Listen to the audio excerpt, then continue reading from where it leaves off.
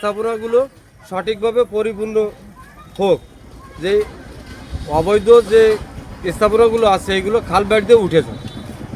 তাহলে খাল কি খনন পরিপূর্ণভাবে হলে এই এলাকার কৃষি কাজের উপরে নির্ভরশীলতার লোকজনের সাশ্রয় হবে। খাল খনন সম্ভব না, তার কারণ এই যে মনে করেন যে এখান থেকে যখন কাটবে এই বেড় তো থুয়ে যাইতে হবে, তাহলে এটা কীভাবে সম্ভব হবে? এটা তো অসম্ভব। এই যে মনে করে এই বছর দুই আগে খাল কেটে গেছে, সমস্ত বান্ধাগুলো রয়ে গেছে, একটা বান্ধা ওঠে নেই। আর কাটছে অনেক জায়গায় দিয়ে এক পাশ দিয়ে কাটছে, আর দুই পাশ দিয়ে সব জায়গায় দিয়ে কাটে নেই, এক পাশ দিয়ে কাটিয়ে গেছে আওয়ামী লীগের সময়। আমরা নতুন সরকারের কাছে আমাদের আবেদন, আমি এই ওয়ার্ডের স্বেচ্ছাসেবক দলের ওয়ার্ড সভাপতি, আমি তার কাছে বিনীত অনুরোধ, সে পরিপূর্ণভাবে তার বাবা যেমন এই জায়গায় এসে খাল কাটিয়ে গেছে, সেও সেইভাবে তদারকি করে খাল খননটা করে দিই, এটুকু আশা আমাদের তার কাছে। খাল কাটলে তো অনেক ভালো হবে আমাদের দেশের। আর নদীতে বাড়াই দিলে এই খালটা অনেক এই যে দেশের ইরিশ চাষ করতে পারবে, ভালো হবে।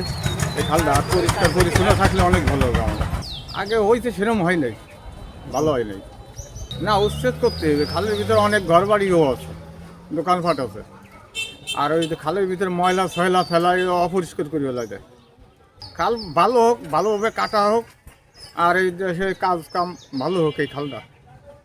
এই খালটা উদ্বোধন করে আমাদের জিয়াউর রহমান, যে তারপরে উদ্বোধনের পরে আর কোনো কাজ হয় নাই।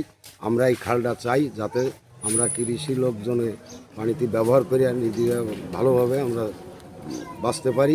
পানির জন্য আমরা খালটা সুন্দরভাবে চাই।